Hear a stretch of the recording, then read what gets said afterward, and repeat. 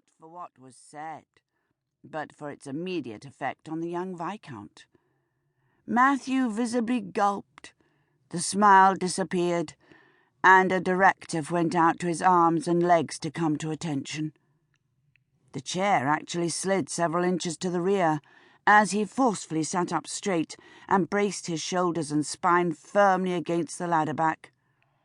"At it, then," the tribunal member went on. "Fish never stopped grinning at me." Matthew didn't blink, but stared straight ahead. This had the unfortunate effect of making his light grey eyes, which had begun to water, seem absent of life and more fish-like than not. The Archbishop raised his hand to halt the laughter. Quiet reigned among the tribunal members as smiles faded along the length of the scarred table. It was time to reflect on the serious business before them. "Well, Trout?"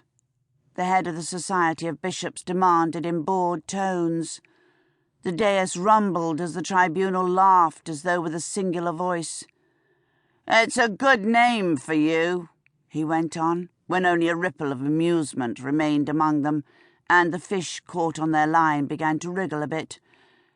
"Do your friends call you Trout?" Matthew finally blinked. He wanted to wipe his eyes, but he was certain the gesture would be misinterpreted. No one on the Society's tribunal would credit the abundance of lighted tallow candles in the small room as the cause for his watery eyes. He would certainly be damned for all time if they thought he was on the precipice of weeping. Better to be named a fish than a girl. "Do they, Trout?" There was impatience now from the Archbishop. At 14, he was not older than every other member of the Society who had elected him, but he was unquestionably what they were seeking in a leader. He was a handsome young man, who gave no more thought to his bred-in-the-bone confidence than he did to the colour of his hair or the shape of his mouth. He was too clever to be cocky, but not wise enough not to be cruel. "No," Matthew offered simply. There was a faint lift to the Archbishop's brow and a disapproving murmur across the tribunal. "No?" "No, Your Excellency."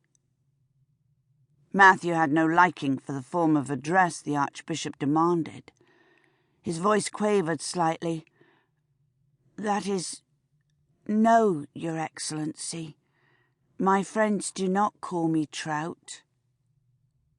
Albion Geoffrey Godwin, Lord Barlow, permitted himself a slim smile. "A fine response," he said after a contemplative moment. "Yet I cannot help being struck by its falseness." Matthew stared at him, not understanding. The Archbishop prompted in carefully cajoling accents. "Are we not your friends, Trout?" "I believe that has yet to be put to the vote, Your Excellency." Young Lord Barlow nodded approvingly. "Right enough." He looked to the pairing of friends on his right and left flank and caught their eyes, communicating a message without altering a single facial muscle.